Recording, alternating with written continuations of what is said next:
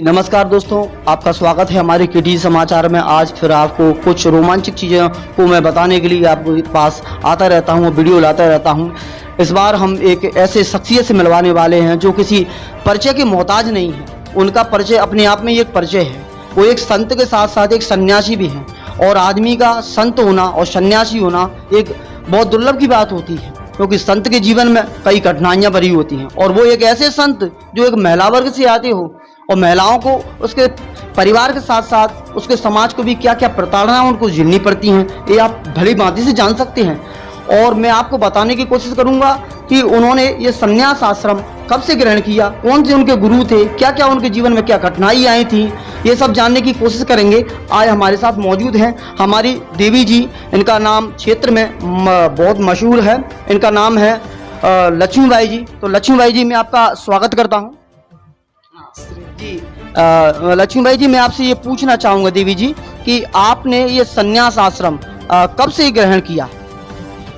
संन्यास आश्रम तो बहुत, हमारा 15 वर्ष की उम्र थी लगभग इस समय से। और पटिया वाले सरकार, करे धाम सब जानते ही, वही हमारी गुरु परंपरा है।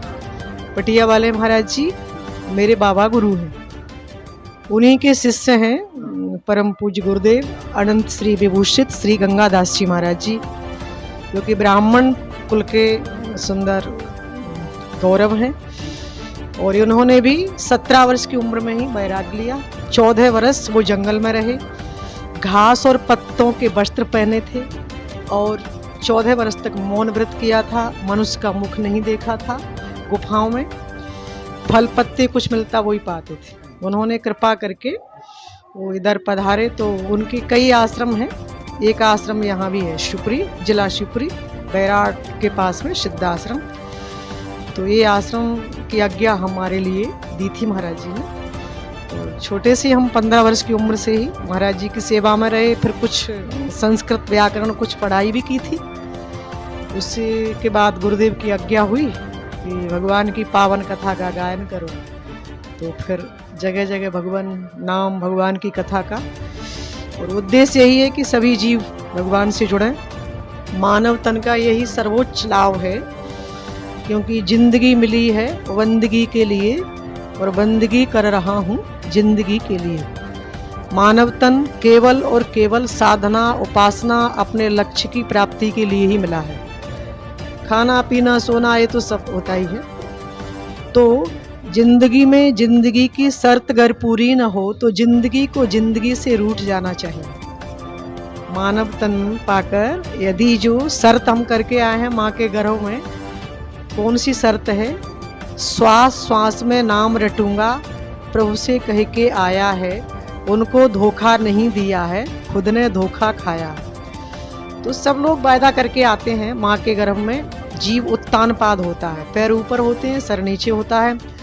7वें महीने में तो दियो ज्ञान विवेक, जन्म अनेक की तब सुध भई, ते ईस की हो शरण जाकी विषम माया गुणमयी। संकल्प करता है, हे नाथ, करोड़ों जन्म मैंने ऐसे ही व्यर्थ बिता दिए, और मैं संकल्प करता हूँ अब जग जाए भजो चक्रपाणी। हे चक्रपाणी ठाकुर जी, अब की बार माँ के गर्भ से जाकर बस आपका ही भजन करूँगा। लेकिन भूमि परत भा डावर पानी, और जन जीव ही माया लपटानी।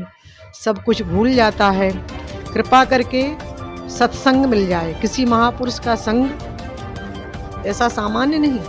पक्का होना चाहे तो किसी पक्के के संग खेल, कच्ची सरसों पेर के खल्ली मिले न तेल। तो कोई भजनानंदी संत हमारे जीवन में आए तो हमें वो लक्ष्य बताएं, भूला हुआ क्योंकि नहीं है याद, कब बिछुड़ा तुम्हारे चरण कमलों से। हुई ये जीर्ण पचरंगी चुनरिया सी रहा हूँ मैं, तुम्हारी याद का मीठा नशा ले जी रहा हूँ। हम सब ठाकुर जी के हैं, लेकिन भूल गए हैं। तेरी नस्ल माँ है संदेह नर, भया कुसंगत कच्चा। अपने घर की याद करो, तू तो नारायण का बच्चा। अपना स्वरूप भूल गए हैं। कोई संत कृपा करके हमको वो रास्ता बताएं, अपने स्वरूप का ज्ञान कराएं।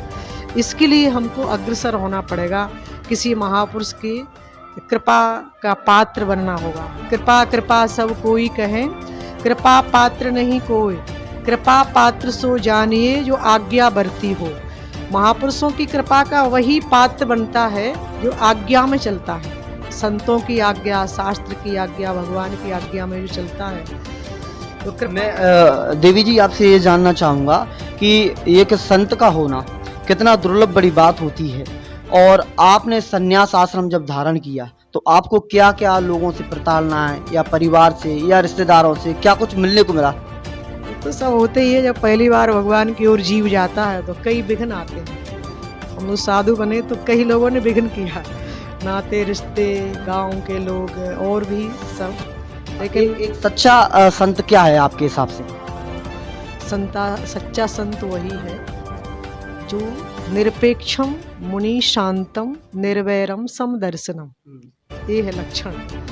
अथवा निरपेक्षम जाय न चाहिए कबहू कछु, तुम सन सहज स्नेह, बसो निरंतर तास और सोरा और निज गेह। इसको कभी कोई इच्छा नहीं, बस केवल एक ही इच्छा, भगवान के मिलने की। कहाँ मिलेंगे, कैसे मिलेंगे, कब मिलेंगे, ये सब। बहुत से लोग हैं जो बहुत से कथावाचक हैं जो आने के एक बहुत बड़ा टारगेट भी लेते हैं और तमाम एक पूरा टारगेट करके आती हैं, हमें इतना वो चाहिए। तो आप उसके बारे में थोड़ा सा क्या बोलना चाहोगे ऐसे संतों को? मतलब संतों के नहीं है वो, एक कथावाचक है, वो संत नहीं माने जाएंगे, तो उनके बारे में आप क्या बोलना चाहोगे? अच्छा, भगवत गुणगान करना तो अच्छी है ना, कोई भी भगवत गुणगान करे। वाणी का सदुपयोग भगवान का गुणगान है, क्योंकि वाणी गुणानु कथने श्रवणु कथायाम हस्तौच कर्मसु। लेकिन श्रीमद् भागवत जी जो है ये परमहंस संहिता है, तो राम कथा अब वक्ताओं को भी तो उस पर चलना चाहिए। स्वयं चलेंगे तभी तो हम दिशा दे पाएंगे किसी को। अब हम इधर उधर भटक रहे हैं तो किसको रास्ता हम दिखा पाएंगे? स्वयं इस पे चलेंगे तब ये सब होता है। भक्ति आपके हिसाब से क्या होनी चाहिए? क्योंकि आम आदमी, हम आप सब जानते हैं कि जो सांसारिक सुखों में आदमी पड़ चुका है और सांसारिक सुख में पड़ने के कारण वो पापी भी होता चला जा रहा है, और वो जितने भी उल्टा सीधा जो भी कर रहा है वो सब काय के लिए, सांसारिक सुखों के लिए करता रह जा रहा है। और संत एक क्या है, उस सुखों का त्याग करके संत बनता है। तो आप ऐसे लोगों को जो ग्रस्त आश्रम में पड़ चुके हैं लेकिन भक्ति करना चाहते हैं, तो उनके लिए आप क्या बोलना चाहोगे थोड़ा सा? उन सब के लिए यही है कि हम लोग अपना एक सोच बदलें, है ना। जो भी गृह कार्य करें, जो भी, तो भगवान का समझ के करें। चाहे व्यापार हो या नौकरी सर्विस जो भी हो, भगवान का समझ के। हम जो कमाएंगे उससे ठाकुर जी को प्रसाद बनेगा, भगवान को अर्पित होगा, उसी प्रसाद को हम पाएंगे। घर के मालिक भगवान हैं, हम उनके सेवक हैं। इतने सदस्य हैं, उनकी सबकी सेवा भगवान की ही सेवा है, ऐसा समझ करके बस केवल भाव ही तो बदलना है। घर में रहो या वन में कहीं भी रहो, भाव बन जाए तो घर बैठे ही भक्ति हो जाती है। इसके लिए यही है कि सब कुछ भगवान का समझ के, और भगवान के लिए भी कुछ समय देना होता है। 24 घंटे में 2 घंटे भगवान का नाम जप, क्योंकि इस समय नाम की बड़ी महिमा है। सभी संत हैं, शास्त्र हैं, वेद पुराण सब ग्रंथ यही गाते हैं, राम ही सुमिरिए गाइए राम ही, और संतत सुनिए राम गुण ग्राम। राम ही सुमिरिए, जहाँ बैठे हो, नौकरी पे हो, दुकान में हो, कहीं भी हो, राम ही का स्मरण करो, नाम जप करो। राम ही सुमिरिए गाइए राम ही। जब सारे कार्य से फुर्सत हो जाए, सायंकाल को घर के सभी सदस्य बैठ करके थोड़ा भगवान का कीर्तन कर लो, तो हो गया, गाना हो गया। और संतत सुनिए राम गुण ग्राम ही। और जिस समय मिले कोई महापुरुष, कोई कथा प्रवचन, जहाँ सत्संग हो रहा हो सच्चाई से, भटकाने वाला सत्संग नहीं है। आजकल तो बहुत, तो क्या कहें, किसी की निंदा नहीं होना चाहिए। तो जहाँ सच्चाई से भगवान का गुणगान हो रहा हो, कोई भजनानंदी संत, उसका सत्संग श्रवण करना चाहिए। तो भगवान को ही सुनना चाहिए, भगवान का गुणगान करना चाहिए, और भगवान को जो है स्मरण करना चाहिए। आजकल हमने, आप सब लोगों ने ये सब देखा ही होगा कि कथावाचक जितने भी, हम किसी के बारे में कुछ टिप्पणी नहीं करते, लेकिन उनके अंदर एक तामझाम ये बनी हुई रहती है। वो नचाना गाना वगैरह ये सब जानता है, तो एक बहुत बड़ा कथावाचक है।